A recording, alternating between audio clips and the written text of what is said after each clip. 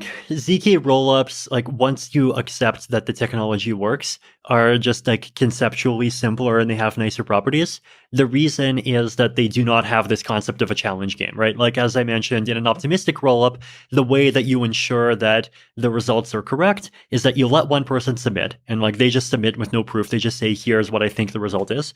And then if someone else disagrees, they make their own submission. And then if you have two disagreeing submissions, then you actually publish it on chain and you see who's right. But for this to work, like you need to actually wait for someone to disagree, right? So like, for example, if I have an asset inside of an optimistic rollup and I want to withdraw it, then I actually have to wait a week to withdraw it, because like if the a block that contains my withdrawal turned out to be invalid, then there needs to be space for someone to disagree with it, right?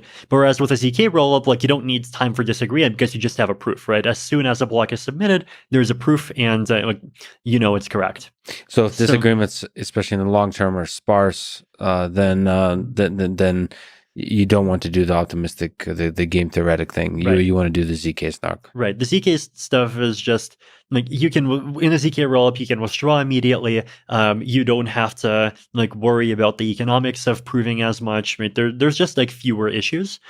The reason why ZK rollups are not winning everywhere today is because, you know, ZK snarks is still a crazy new technology, right? Like this is something that 10 years ago, you know, it existed only in theory and there was none in practice. Then, you know, 8 years ago, people were just getting excited about it in Bitcoin conferences for the first time. Starting 4 years ago, or 3.5 years ago even, that was the first time you were able to make any ZK snark based anything on Ethereum. And then people started making them, and ZK technology has only really become efficient enough to do a lot of things within the past maybe 1.5 years.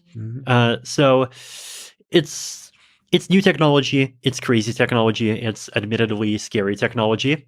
If you want to learn more, I also have an article about this on Vitalik.ca. It's actually really, really good. Most of your writing, it's technical, but it's accessible. I highly, highly recommend to check out Vitalik's articles and blogs, whatever you call them. Yeah, on the website. It's brilliant summary of the work. Actually, Ethereum documentation period is really good. I think that's somewhat crowdsourced. That documentation is really, really accessible and brilliant. But let me ask about sort of other approaches to layer 2, like side chains. So the one popular one is Polygon. What are your thoughts about Polygon, which is a layer 2 network? Is it positive? Is it negative for Ethereum? Is it both? Does it have a future, which is its own chain, but it's using Ethereum? It's like based on Ethereum essentially.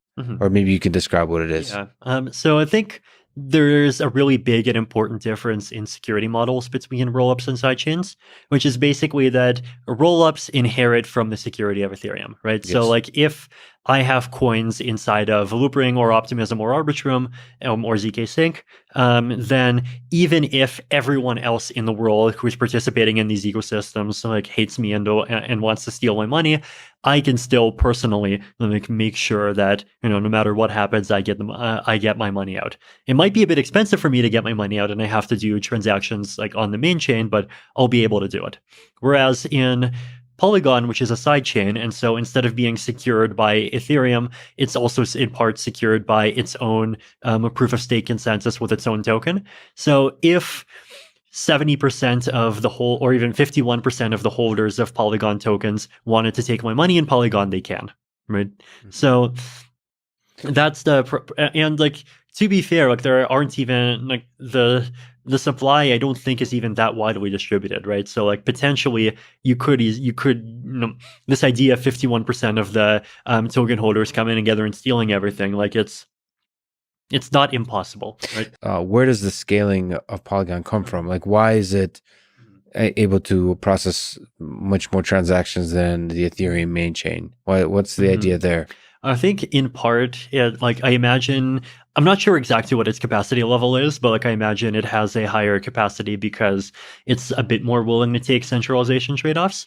And then another thing is that like if the Ethereum ecosystem, like even if it did not do that, right? If you think about an Ethereum ecosystem hypothetically scaling with sidechains, then you would have 100 copies of Polygon, and they would each have their own tokens, they would each have their own chains, and so even if each one of those chains was only as scalable as Ethereum, you could still like the total sum of them would still be 100 times more than Ethereum. Okay. The thing that I want to say in Polygon's favor, just to be very fair to them, like I really I definitely really respect the work that they're doing. Yes. So start with the a bit with that word of not criticism, caution, right? Like it's that they made this kind of deliberate trade-off for very pragmatic reasons, which is that the Ethereum ecosystem needs to scale now, and there are applications that want to do something now. And if there aren't Ethereum-friendly options for them, then like they're not going to just wait peacefully and do nothing for 12 months. They're going to go to either Binance Smart Chain or one of some other system, or potentially something that just has totally no alignment with Ethereum values whatsoever. But whereas with Polygon, like the best thing that you can say in Polygon's favor and against optimism is that optimism is not live and Polygon is live, right?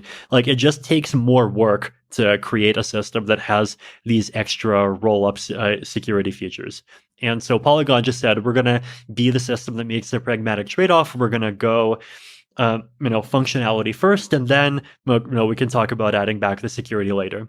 So I've talked to them, and like in principle, I think they're very open to the idea of like adding more security and like becoming a roll-up, or at least adding a Polygon chain that's a roll-up at some point in the future, which is definitely something I think they absolutely should follow through on. But like the fact that like they exist now, and so applications can kind of bootstrap now on a chain that even though its security isn't perfect, at least it exists and people can go use it. And then over time, the chain matures as the applications mature. Like it's I think a very reasonable strategy, and I'm definitely really happy that they're part of the ecosystem.